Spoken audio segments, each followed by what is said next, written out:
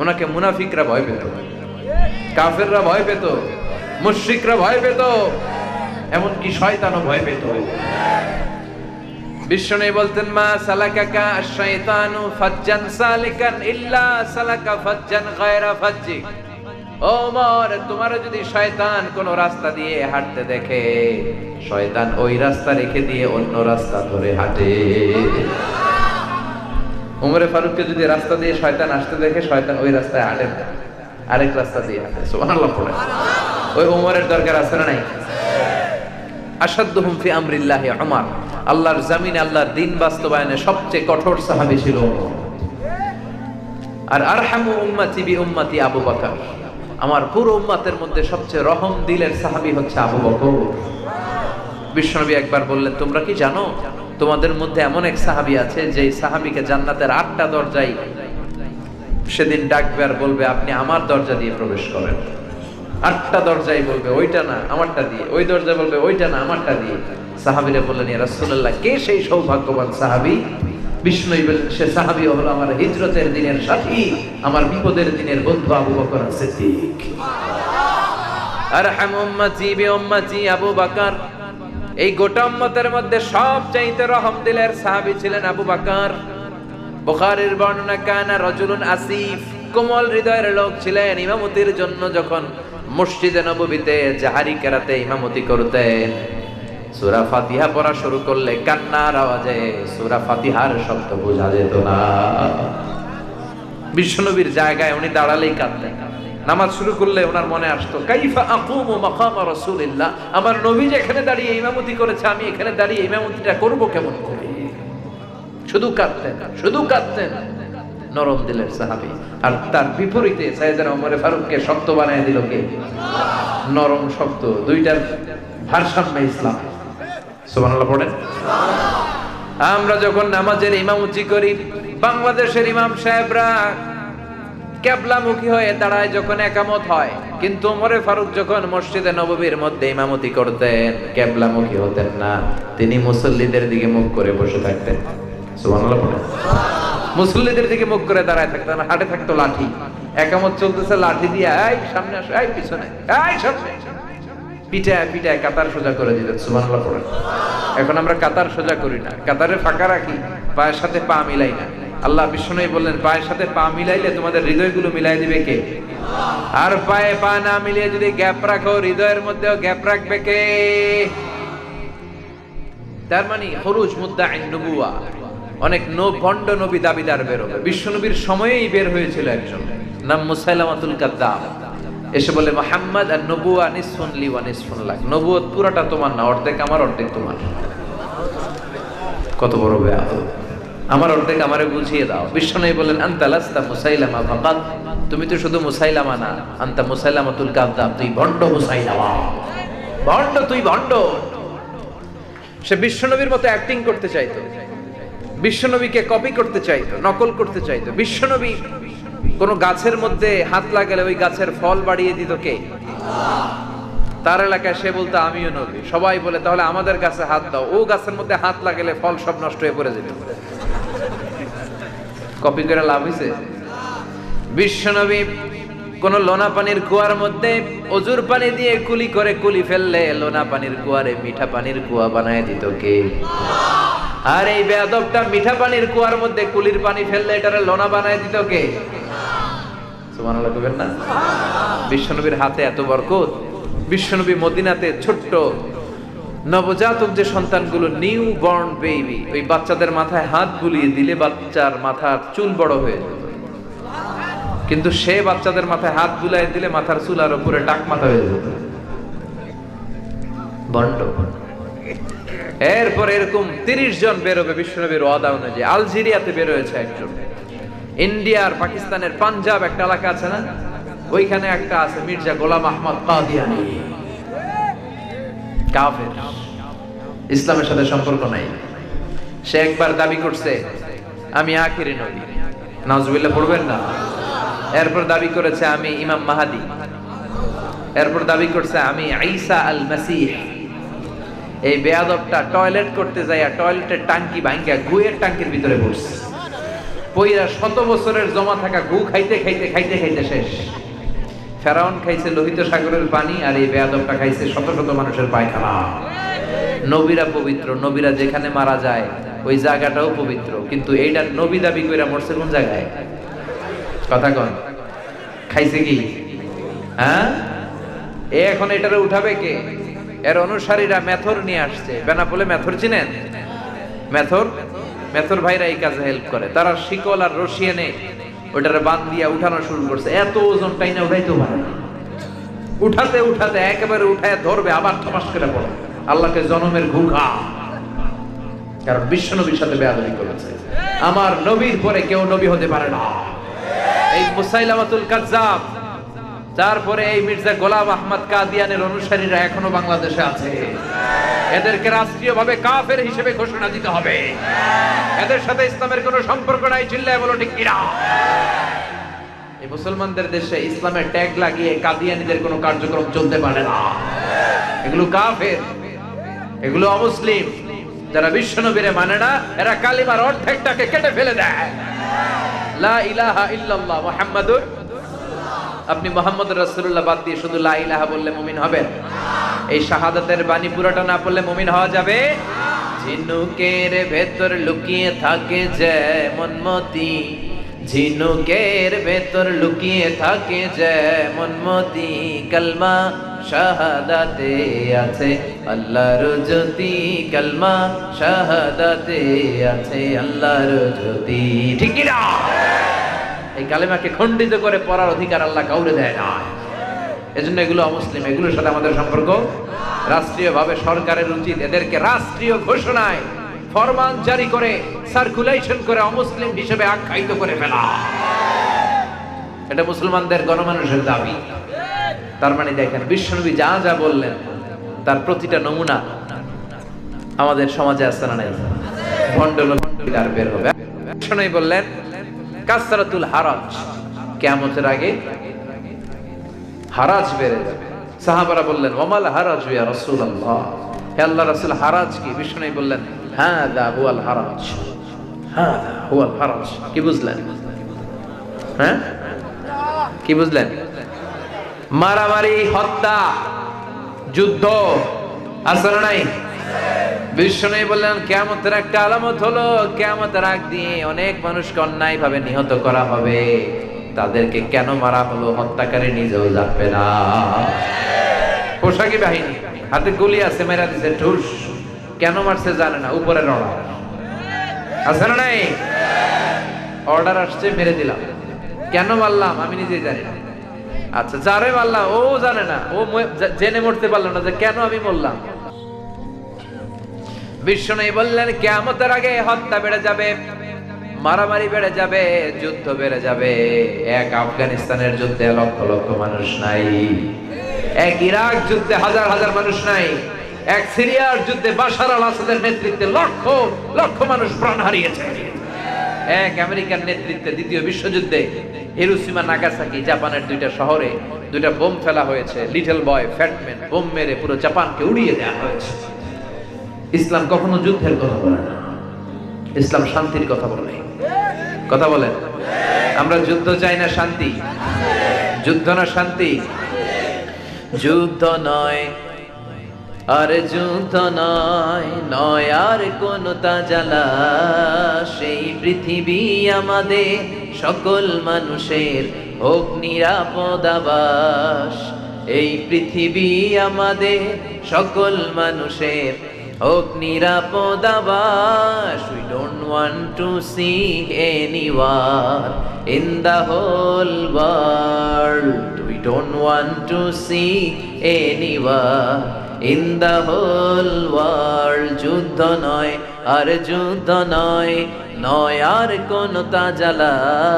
সেই পৃথিবী আমাদের সকল মানুষের হোক নিরাপদ আবাস। সেই পৃথিবী আমাদের সকল মানুষের হোক নিরাপদ আবাস। We don't want to see anyone in the whole world. চিল্লায় বলেন ঠিক কি না? আমরা গোটা বিশ্বে যুদ্ধ দেখতে চাই না, আমরা শান্তি চাই। কথা বলেন। কিন্তু অন্যায় ভাবে মানুষ হত্যার হিড়িক আমাদের সমাজে আছে না? বিষ্ণু বলে গেলেন এই অন্যায় ভাবে হত্যা বেড়ে যাবে। এরপরে বিষ্ণু বললেন দিয়াউল আমানা, কিয়ামতের আগে আমানতের খেয়ানত হবে। সাহাবীরা বললেন কাইফা ইদাআতুহা, ও নবী কিয়ামতের আগে কেমন করে আমানতের খেয়ানত হবে? বিশ্বনবী বললেন ইদা উসিদাল আমরু ইলা গায়রি আহলিহি ফান্তাযিরিস সাআ, যেই লোকটা যেই চেয়ারে বসার যোগ্য নয় তারে যখন ওই চেয়ারে বসিয়ে দেয়া হবে তখনই কিয়ামতের আলামত, আমানতের খেয়ানত শুরু হয়ে যাবে। যে যেটা পজিশন হোল্ড করার যোগ্যতা রাখে না, এখন কোরআন জানে না, হাদিস জানে না, কথা বলতে জানে না, এরা যদি প্রধান বক্তা বানান হবে? এটা কিয়ামতের আলামত না, এটা আমানতের খেয়ানত। মসজিদের সভাপতি নামাজ পড়ে না, এটা কিয়ামতের আলামত না? মসজিদের যিনি সভাপতি হবে ওনার সাথে তো মসজিদের সম্পর্ক বেশি থাকবে। উনি মসজিদ ঝাড়ু দিবে, উনি মসজিদের খোঁজ খবর নিবে, রক্ষণাবেক্ষণ করবে। মসজিদ ঝাড়ু দিলে মর্যাদা বাড়ায় দেয় কে? মসজিদেরি ঝাড়ু বারদার হোক আমারে হাত, শোনো আমার মুনাজাত, শোনো শোনো ইয়া ইলাহি আমার মুনাজাত, শোনো আমার মুনাজাত। পড়ে না? তার মানে যে যেটার যোগ্য না তারে ওইটা বানানো হয়। শিক্ষক হওয়ার যোগ্যতা নাই কিন্তু শিক্ষক হয়ে যায়, আছে না নাই? বিসিএস এর ক্যাডার হওয়ার যোগ্যতা নাই, উপরের ফোনে বিসিএস এর চাকরি পেয়ে যায়, আছে না নাই? বেনাপোলে নাই, এলাকায় নাই। আহা, এগুলো কিয়ামতের আলামত। যে যে চেয়ারে বসার যোগ্য নাই, ইমামতির যোগ্য নাই, যোগ্যতা নাই, ইমাম হয়ে গেছে। সভাপতি হওয়ার যোগ্যতা রাখে না, সভাপতি খায় গাঞ্জা, সেক্রেটারি খায় মদ, আছে না নাই? কিন্তু সে মসজিদের লিডিং দেয়। আহা, চেয়ারম্যান হওয়ার যোগ্যতা নাই, চেয়ারম্যান হয়েছে। এমপি হওয়ার যোগ্যতা নাই, এমপি হয়েছে। মন্ত্রী হওয়ার যোগ্যতা নাই, মন্ত্রী হয়, আছে না নাই? এগুলো কিয়ামতের আলামত। যে যেটার যোগ্য তাকে ওই চেয়ারে বসাতে হবে। চিল্লায় বলেন ঠিক কি না? ওয়াল্লাযীনা হুম লিআমানাতিহিম ওয়া আহাদিহিম রাউন, মুমিনের বৈশিষ্ট্য, মুমিন যদি প্রতিশ্রুতি দেয়, মুমিন তার প্রতিশ্রুতি রাখে। মুমিনের বৈশিষ্ট্য, মুমিন কখনো আমানতের খেয়ানত করে না। আমানত এটা অনেক বড় বিষয়। আমানতের খেয়ানত এটা মুনাফিকের আলামত। বিশ্বনবী কখনো কোনো আমানতের খেয়ানতদারি করে না, আমানতের হেফাজত করেছেন। চিল্লায় বলেন ঠিক কিনা? আপনার সম্পদ আছে, এই সম্পদ আপনার কাছে আমানত। আপনার সন্তান আপনার কাছে আমানত। আপনি মাদ্রাসার প্রিন্সিপাল, পুরো মাদ্রাসার প্রতিটা ইঞ্চি মাটি আপনার কাছে আমানত। আপনি খতিব, জুমার মসজিদটা আপনার কাছে আমানত। চেয়ারম্যান সাহেবের কাছে ইউনিয়ন পরিষদটা আমানত। এমপি সাহেব, মেম্বার অফ দ্য পার্লামেন্ট, তার পুরো নির্বাচনী এলাকাটা তার হাতে আমানত। এই নির্বাচনী এলাকায় যদি কোনো গাঞ্জার আসর বসে, এটার দায়ভার তিনি এড়াতে পারেন না। এলাকায় কোনো অন্যায় ধর্ষণ হলে এটার দায়ভার তিনি এড়াতে পারেন না। পুরো এলাকাটা তার কাছে আমানত। মন্ত্রী সাহেবের কাছে মন্ত্রণালয়টা আমানত। মাননীয় প্রধানমন্ত্রীর কাছে আমার পুরো লাল সবুজের পতাকাটা আমানত। এটা বিশাল বিষয়, এটা ছোটখাটো কোনো বিষয় নয়। তো কিয়ামতের আগে বিশ্বনবী বললেন এই আমানতের খেয়ানত শুরু হয়ে যাবে। যে যেখানে বসার যোগ্য নয় তারে ওই চেয়ারে বসায় দেওয়া হবে, আছে না নাই? বাংলাদেশে অনেক শিশু বক্তা আছে, বেনাপোলে আসে নাই? হ্যাঁ, মাঝে আসে। তো সে ছোট্ট একটা মানুষ, তার তো এখন পড়াশোনার বয়স।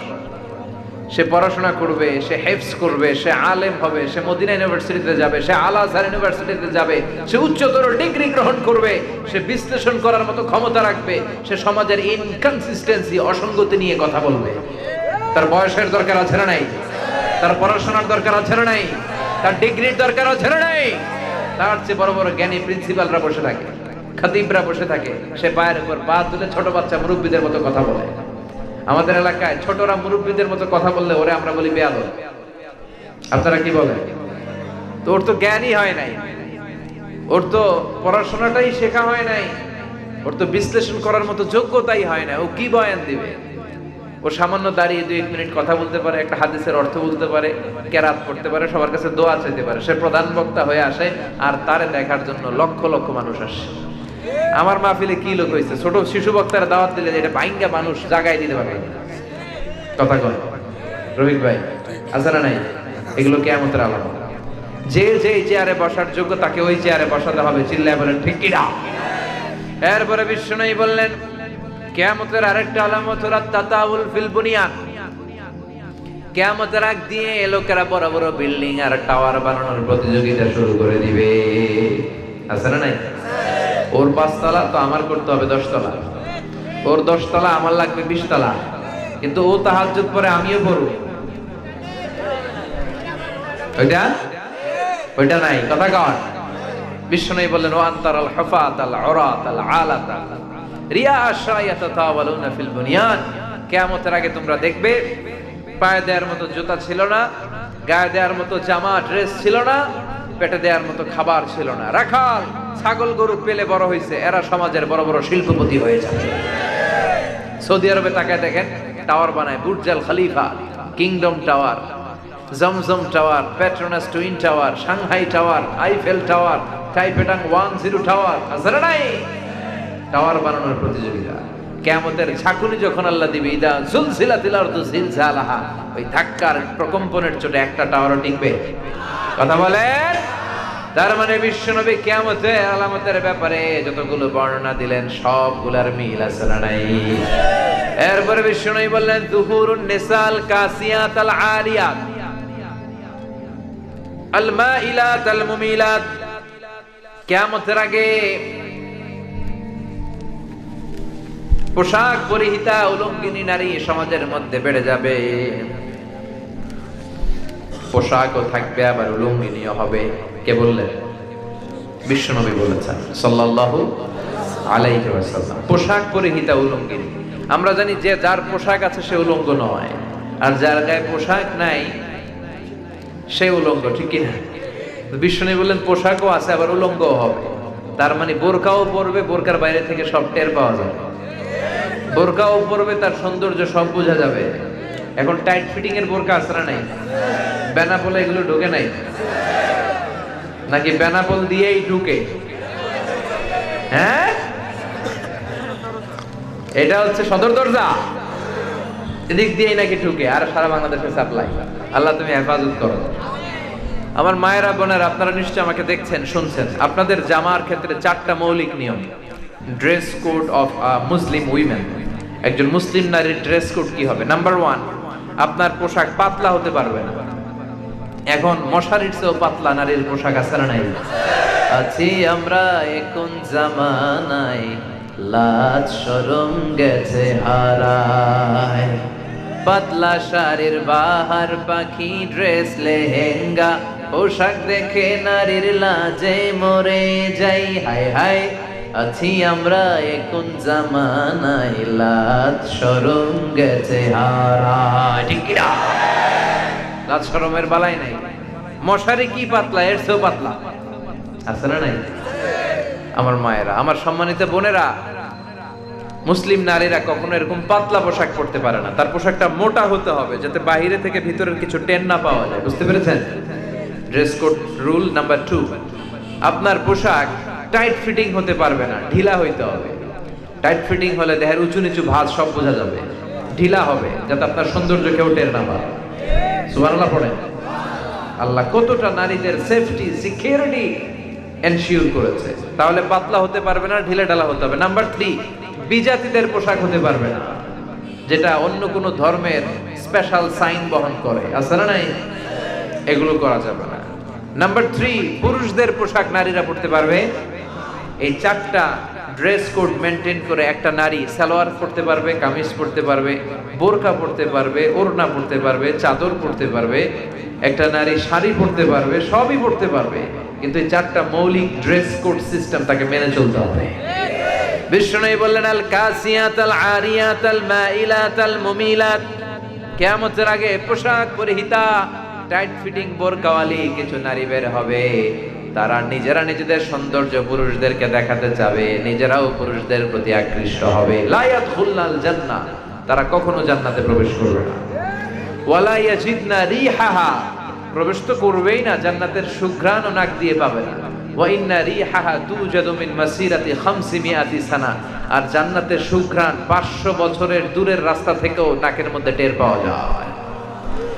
জান্নাতে পৌঁছতে এখনো 500 বছরের রাস্তা বাকি। কয়শো বছর? এত দূরে থাকতেই জান্নাতের সুঘ্রাণ এসে আপনার নাকে ধাক্কা দিবে। এত দূর থেকে জান্নাতের স্মেল পাওয়া যায়, ঘ্রাণ পাওয়া যায়।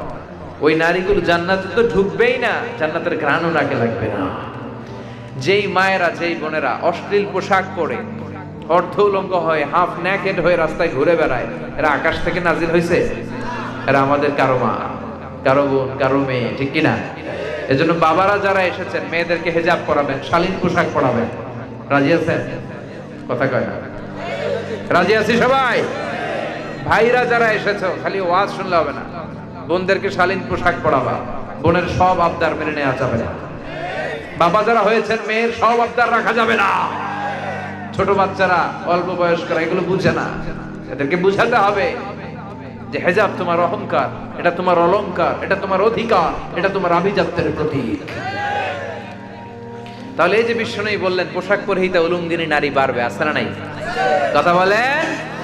এরপরে বিশ্বনবী বললেন ইতাআতু যাওজা ওয়া উকুকুল উম, কিয়ামতের আগে বিয়ের পরে ছেলেগুলো বউয়ের পিছু পিছু ঘুরবে, জনম দুঃখিনী মাকে বলে যাবে। বেনা বলে নাই, সব দিবে না বলবে।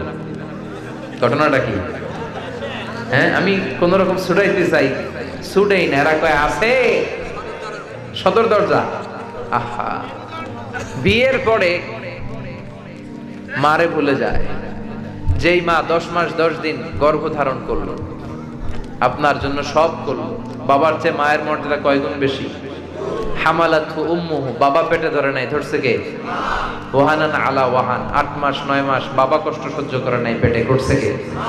ফিসালুহু ফি আমাইন, 2 বছর দুধ বাবা খাওয়াইছে নাকি মা? এজন্য আল্লাহ বলে খবরদার, 3 কারণে মায়ের মর্যাদা বেশি। হামালাত উম্মুহু, বাবা পেটে ধরে নাই, পেটে ধরেছে মা। ওয়াহানান আলা ওয়াহান, পেটের জ্বালা বাবা সহ্য করে নাই, করেছে মা। ফিসালুহু ফি আমাইন, 2 বছর বাবা দুধ খাওয়ায়নি, দুধ খাওয়ালো মা। মায়ের এক ধার দুধের দাম কাটিয়া গায়ের চাম, বাপস বানাইলেও ঋণের শোধ হবে না। এমন দরদি ভাবে কেউ হবে না আমার মা গো, ঠিক কিনা? বিষ্ণু বলেন লাউ কাতা'তা জিলদাক, তোমার গায়ের চামড়া কেটে যদি মায়ের পায়ের জুতা বানিয়ে দাও, তাহলে দুধ যে খেয়েছো ছোটবেলা, এক ঢোক দুধের শোধ আদায় হবে না। আমার আর আপনার মা আমাকে আর আপনাকে জন্ম দিতে যে কি পরিমাণে কষ্ট সহ্য করেছে, এটা মাই বলতে পারবে। মায়ের পেটে যখন ছিলাম কি কষ্ট দিয়েছিলাম, মনে আছে কিছু? কথা কন। আমাদের স্মৃতিতে কি এটা আছে? আমাদের বয়স যখন 2-3 সর্বোচ্চ, আমরা তখনকার স্মৃতি হাতরে অতটুকু যেতে পারি, কিন্তু তার আগে কি কষ্ট দিয়েছিলাম, পেশাব পায়খানা করে যে মায়ের বুক ভিজিয়েছি, জামা ভিজিয়েছি, এগুলো মনে আছে কারো?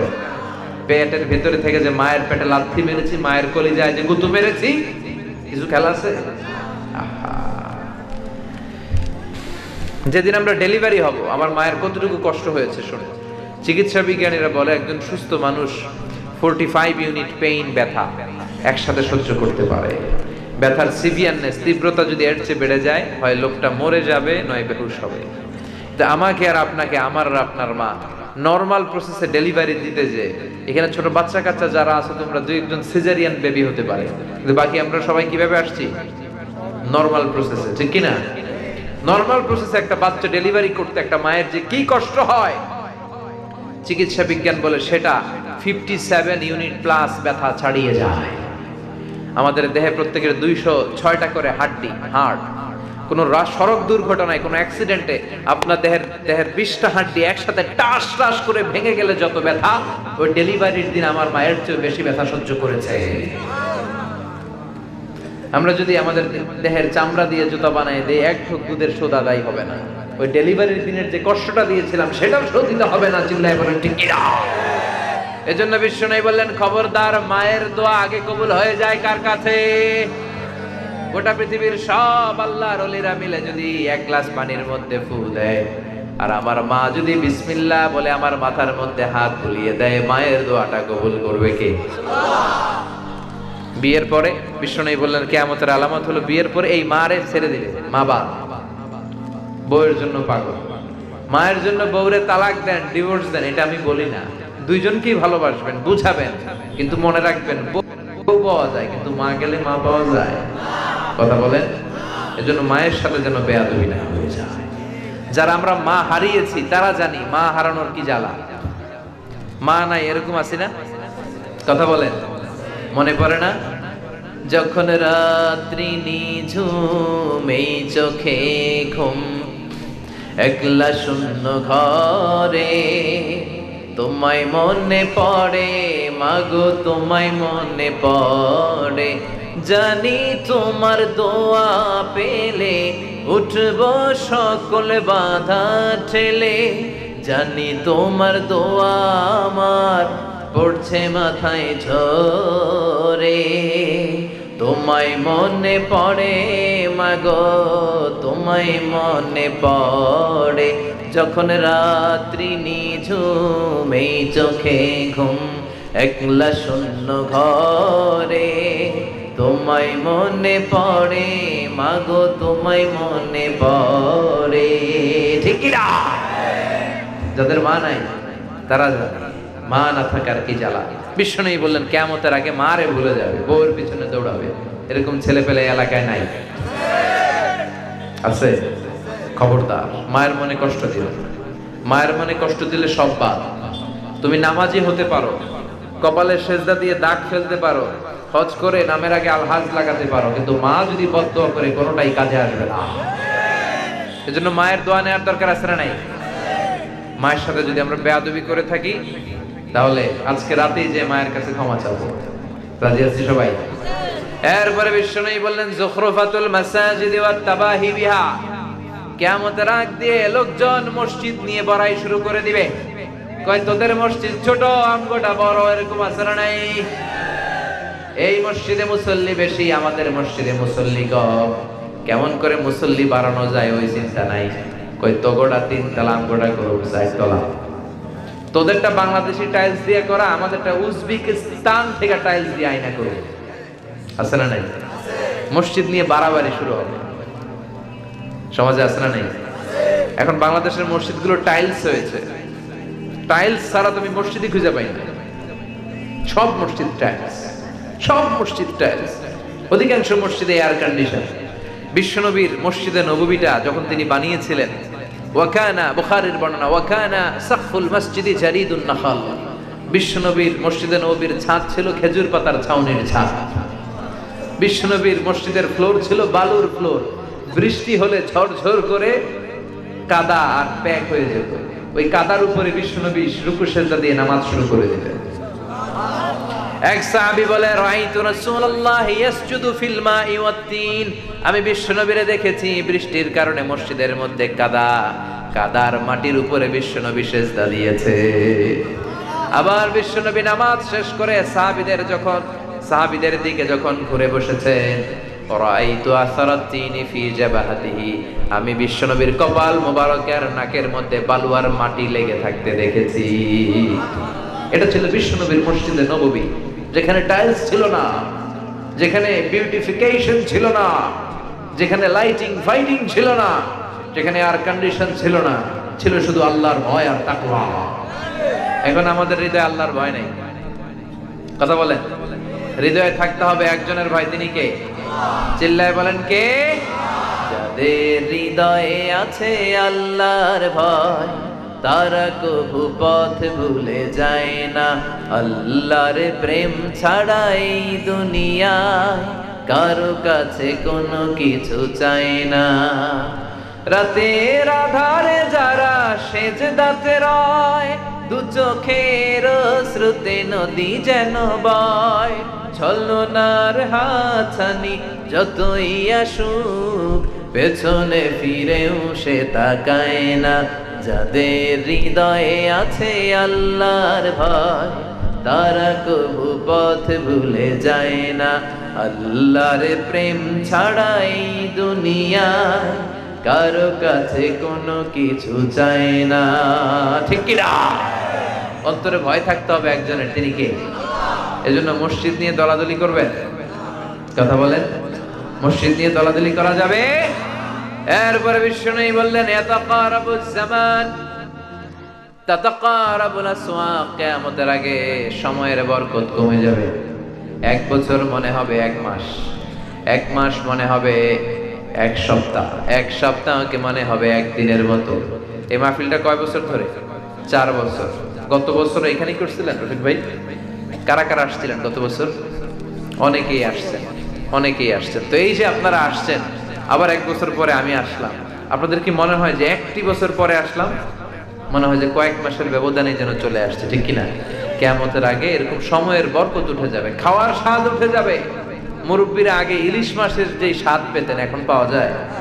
হ্যাঁ, আগে এক ঘরে ইলিশ রান্না করলে খালি 4-5 ঘরের মধ্যে ইলিশের ঘ্রাণ। আমি আমার ছোট বয়সে যেটা পাইছি ওইটা আমি এখন পাই না। আর মুরব্বীরা তো আর বেশি বলতে পারবে না। শোল মাছের ঝোল রান্না করলে, হ্যাঁ, ফুলকপি দিয়ে শোল মাছের ঝোল, আহ কি স্বাদ! অনেকের জিহ্বায় পানি চলে আসছে। জাহাঙ্গীর ভাই, আগের স্বাদ আছে? আগের খাবারের স্বাদ নাই। সময়ের বরকত না, সময়ের বরকত নাই। তার মানে দেখেন বিশ্বনবী যেই পয়েন্টটাই হাত দিলেন ওই পয়েন্টটা আমাদের সমাজে আছে না নাই?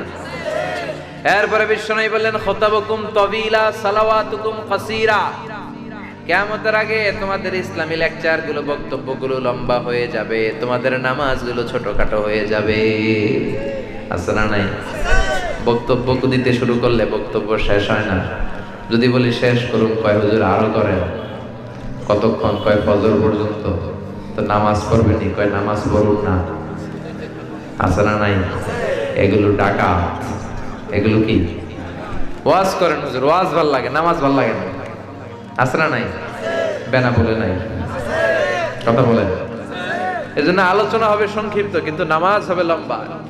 বিশ্বনবী যখন সালাতে দাঁড়াতেন, দাঁড়িয়ে থাকতে থাকতে বিশ্বনবীর হাত্তা তাতাওয়াররামু কদামা, পা দুটি ফুলে যেত, টিউমারের মতো মোটা হয়ে যেত। এত লম্বা সময় দাঁড়িয়ে থাকতে থাকতে হাত ব্যথা, হাত ছেড়ে যেতেন। আবার যখন ভাল লাগতো আবার হাত বাঁধতেন। সুবহানাল্লাহ পড়বেন না? সাহাবারা যখন মরুভূমিতে নামাজ পড়তেন, মরুভূমির পাখিগুলো এসে সাহাবাদের মাথায় এসে বসে যেত, কারণ পাখিগুলো মনে করতো এগুলো মরুভূমির খেজুর গাছ। সুবহানাল্লাহ পড়বেন না? সাইয়েদনা আলী কাররামাল্লাহু ওয়াজহার পায়ের মধ্যে তীর ঢুকলো, এই তীর বের করা যায় না। বিশ্বনবী বললেন আকিমিস সালাহ ইয়া বেলাল, আযান দাও, ইকামত দাও। এক সাহাবীরে বললেন তুমি এখন জামাতে দাঁড়িও না, তুমি নামাজরত অবস্থায় আলীর পা থেকে তীর বের করবে। এই তীর টান দিলে উনি চিৎকার মারে, এত জখম হয়েছে ব্যথায়।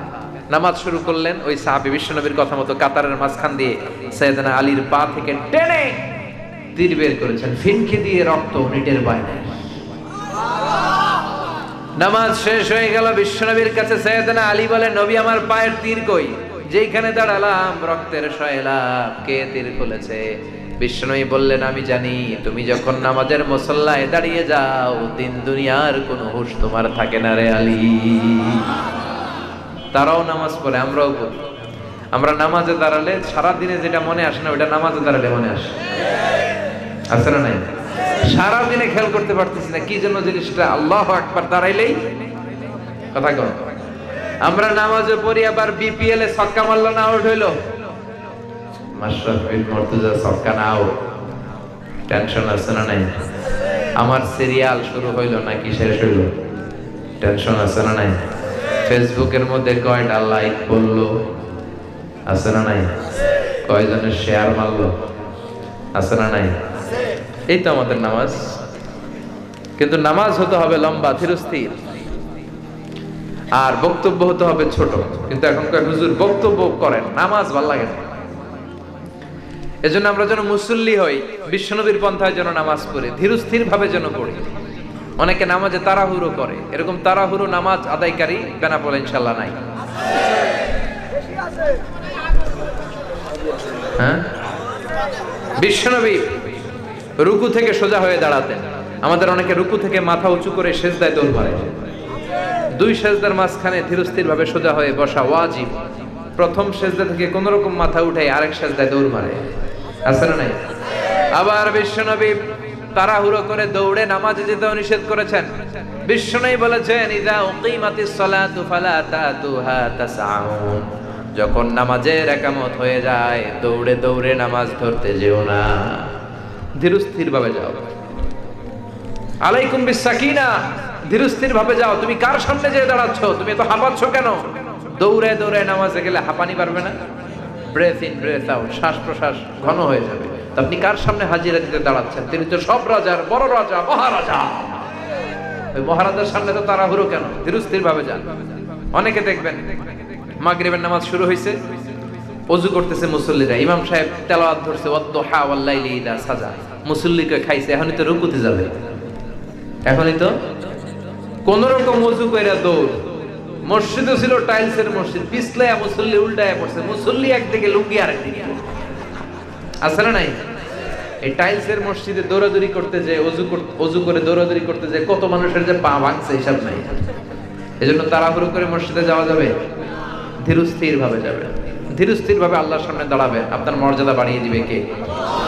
এরপরে বিশ্বনবী বললেন, ইস্তাহিল্লুনাল খামরা ওয়াল হারিদ, কিয়ামতের আগে মদকে মুসলমানেরা হালাল করে ফেলবে। মুসলিম যুবকেরা সিল্কের কাপড় পরবে, সিল্কের পাঞ্জাবি আছে না নাই? মুসলিম পুরুষদের হাতে স্বর্ণের আংটি আছে না নাই? গলায় স্বর্ণের চেইন আছে না নাই? কোন মুসলিম যুবক সিল্কের পাঞ্জাবি পরতে পারে? কথা কন, স্বর্ণ পরতে পারে? এই দুইটা মুসলিম যুবকদের জন্য হারাম করছে কে? নারীরা স্বর্ণ পরতে পারবে, নারীরা সিল্কের রেশমের জামা পরতে পারবে, কিন্তু পুরুষরা পারবে? যুবক ভাইয়েরা কোনোদিন পরবা? আওয়াজ নাই। এই যুবকেরা কোনোদিন স্বর্ণ পরবা? রেশমের কোনো কাপড় পরবা? হারাম। জান্নাতে গেলে তোমরা রেশমি কাপড় পরবা। The dress will be in Jannah green fine silk with gold embroidery. যারা জান্নাতে যাবে তাদের পাতলা সবুজ রঙের সিল্কের কাপড় দিয়ে পোশাক বানানো হবে, যেখানে স্বর্ণের গোল্ডের এমব্রয়ডারি করা ডিজাইন থাকবে। আবার প্রত্যেক জান্নাতীদের হাতের মধ্যে ব্রেসলেট, স্বর্ণের ব্রেসলেট পরিয়ে দিবে কে? বিশ্বনবী বললেন, কিয়ামতের আগে আমার মুসলিম উম্মতেরা, যুবকেরা, তারা স্বর্ণের চুড়ি পরবে, স্বর্ণের চেইন পরবে, রেশমের কাপড়ের সিল্কের কাপড়ের পাঞ্জাবি পরবে। এটাও সমাজে আছে না না? সিল্কের কাপড় পরে নামাজে যায়, হারাম। আমরা যেন এটা না করি, মনে থাকবে তো? ইনশাআল্লাহ পড়ি। এরপরে বিশ্বনবী বললেন, যুহুরুল মা'যাফি ওয়াল কায়ানাত, কিয়ামতের আগে ঢোল বাদ্য, মিউজিক্যাল ইনস্ট্রুমেন্ট, তবলা, বাঁশি, হারমোনিয়াম, এগুলোর ব্যবহার বেড়ে যাবে। বিশ্বনবী বললেন, বুইসতুলি উকাসসিরাল মাযামির, এই ঢোল তবলা ভেঙে মাটির সাথে গুড়িয়ে দেওয়ার জন্য আমারে পাঠিয়েছে কে? যেই নবীকে আল্লাহ ঢোল বাদ্য, বংশী, বাঁশি ভাঙার জন্য পাঠালেন, ওই নবীর উম্মতেরা গায়ে বাংলা মায়ের একতারা সুর কতই ভালোবাসি, দোতারা সুর কতই ভালোবাসি, তোরা বাজারে ঢোল বাজারে বাঁশি, আছে না নাই? বাজারে ঢোল বাজারে বাঁশি। নবী কয়ে বাঁশি, এই ঢোল, এই হারমোনিয়াম, এই তবলাকে ভেঙে মাটির সাথে গুড়িয়ে দেওয়ার জন্য আমাকে পাঠিয়েছে কে? ঢোল বাজানো হারাম, তবে দফ বাজাতে পারেন। দফ ঢোলের দুই দিক আটকানো থাকে, এটা বাজালে নেফাকি তৈরি হয়, ডান্স দিতে মনে চায়, I M A disco dancer, আছে না নাই? ডান্স ডান্স ভাব। কিন্তু দফ বাজালে নেফাকি তৈরি হয় না। বিশ্বনবী যখন মক্কা থেকে মদিনায় হিজরতে গেলেন, কোন পথে আমার নবী আসবে এই বিষয়টা জানতে পেরে মদিনার আবাল বৃদ্ধ বনিতা সবাই বিশ্বনবীকে মদিনায় ওয়েলকাম জানানোর জন্য দফ নিয়ে দাঁড়িয়ে রইল। বিশ্বনবী সাইয়েদনা আবু বকরকে নিয়ে মদিনার জমিনে যখন পৌঁছলো, দফ বাজিয়ে বাজিয়ে মদিনার লোকেরা গাইতে শুরু করলো, তালাআল বাদরু আলাইনা মিন সানিয়াতিল ওয়াদা ওয়াজাবা আশ-শুকরু আলাইনা মা দাআ লিল্লাহি দা أيها المبعوث فينا جئت من أمر المطاع جئت شرفت المدينة مرحبا يا خير دار طلع البدر علينا من ثنيات الوداع وجب الشكر علينا ما دعا لله دا সুবহানাল্লাহ দফ বাজিয়ে এগুলো গান বরকত দিবে কে দফ ছাড়া ঢোল বাদ্য বংশী হারমোনিয়াম গিটার বাজানো যাবে হ্যাঁ গিটারওয়ালা আছে না নাই ইয়াং ছেলেবেলারা এখন গিটার বাজাইতে চায় আর আইব বাচ্চু হইতে চায় আর বলে সব ভালো তুই একা বাসিস নাই একটু ভালো বাসতে দেশ মরে আছে না নাই এই আইব বাচ্চু এই ডান্সার এই সিঙ্গার এই নায়ক নায়িকা গায়ক গায়িকা কবিরা আমাদের মডেল নয় আমাদের মডেল হচ্ছে নবীরা চিল্লায় বলেন ঠিক কি না এক একটা নবীকে আল্লাহ আমাদের মডেল করে পাঠালেন সাইয়েদনা নূহ আলাইহিস সালাম ইব্রাহিম আলাইহিস সালাম মুসা আলাইহিস সালাম ঈসা আলাইহিস সালাম বিশ্বনবী মুহাম্মদুর রাসূলুল্লাহ আমাদের মডেল সালমান খান আমাদের মডেল নয় শাহরুখ খান আমাদের মডেল নয় ঋত্বিক রোশন আমাদের মডেল নয় চিৎকার করে বলেন ঠিক কি না আমাদের মডেল হচ্ছে নবীরা এই নবীদেরকে যেন আমরা মডেল মানতে পারি আল্লাহ তৌফিক দাও এরপর বিষ্ণু বললেন লা ইয়াকসামুল মিরাসু আলা ওয়াজহিন সহিহ পদ্ধতিতে কিয়ামতের আগে মিরাসের বণ্টন হবে না আল্লাহ দুনিয়ার সব বাবাদেরকে ডেকে বললেন লিযাকারি মিসলু হাযিল উনসায়াইন ও দুনিয়ার বাবার শোনো ছেলে মেয়ে আমি আল্লাহ দিয়েছি ছেলে মেয়েদের মধ্যে যখন সম্পদের বণ্টন করবা ছেলেরে দিবা যতটুকু মেয়েরে দিবা তার অর্ধেক কার আইন চিল্লায় বলেন একটা কার অনেক বাবারা এটা করে না ছেলেকে যদি 2 লক্ষ টাকা দেন মেয়েকে দিতে হবে কথা বলে না ছেলেরে যদি 4টা গাড়ি দেন মেয়েরে গাড়ি দিবেন কয়টা ছেলেরে যদি 10টা ফ্ল্যাট দিয়ে যান মেয়েরে দিতে হবে কয়টা অনেক বাবার এটা করে না কিন্তু এটা আল্লাহর আইন বিষ্ণু বলেন কিয়ামতের আগে আল্লাহর আইনকে ভায়োলেট করা হবে ছেলেরে সব দেয় মেয়েরে কয় মা তোর লাগি দোয়া করে দিলাম তোর ভাইরে সব দিয়ে দিলাম টাকা এগুলো কি এরকম টাকা আসবে না বলে নাই হ্যাঁ আল্লাহ আল্লাহ আল্লাহ তুমি হেফাজত করো খবরদার এটা আল্লাহর দেয়া আইন মেয়েরা অর্ধেক দেবে অনেক মা ছেলের পাতে মুরগির রান দেয় মেয়ের পাতে মুরগির ঠ্যাং দেয় আছে না নাই যেই মা বাবা ছেলের পাতে মুরগির রান মেয়ের পাতে মুরগির ঠ্যাং দেয় দেখবেন ওই মা বাবার শেষ জীবনটা ছেলের বাড়িতে কাটে না মেয়ের বাড়িতেই কাটে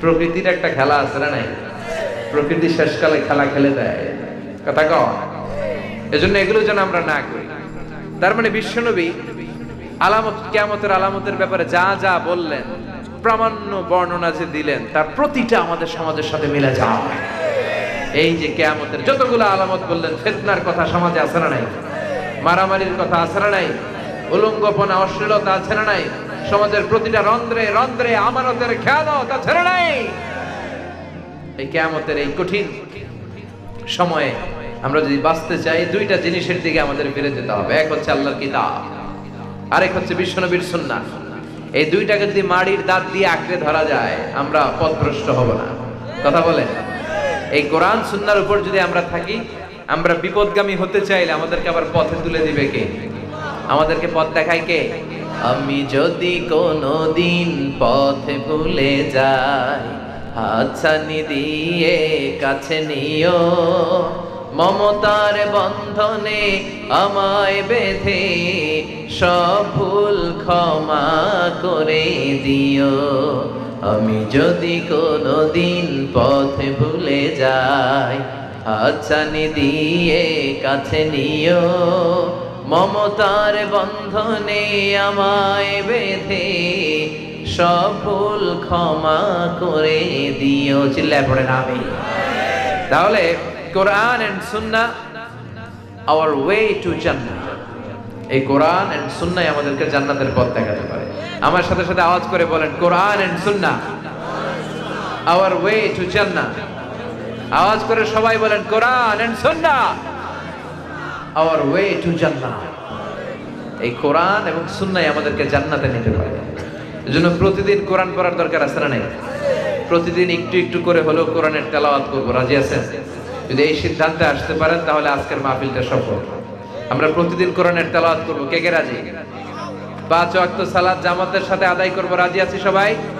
হাত তুলে আল্লাহরে ওয়াদা দেন, চিল্লায় ডেকে বলেন আল্লাহ। সবাই আল্লাহরে প্রাণ ভরে একটা ডাক দেন, বলেন আল্লাহ। আরো জোরে বলেন আল্লাহ। হাত তুলে ওয়াদা করলাম, আওয়াজ নাই দেখছেন? চিল্লায় বলেন হাত তুলে ওয়াদা করলাম 5 ওয়াক্ত সালাত জামাতের সাথে আদায় করার চেষ্টা করব। তুমি তৌফিক দাও, তুমি তৌফিক দাও, তুমি তৌফিক দাও। হাত নামাও।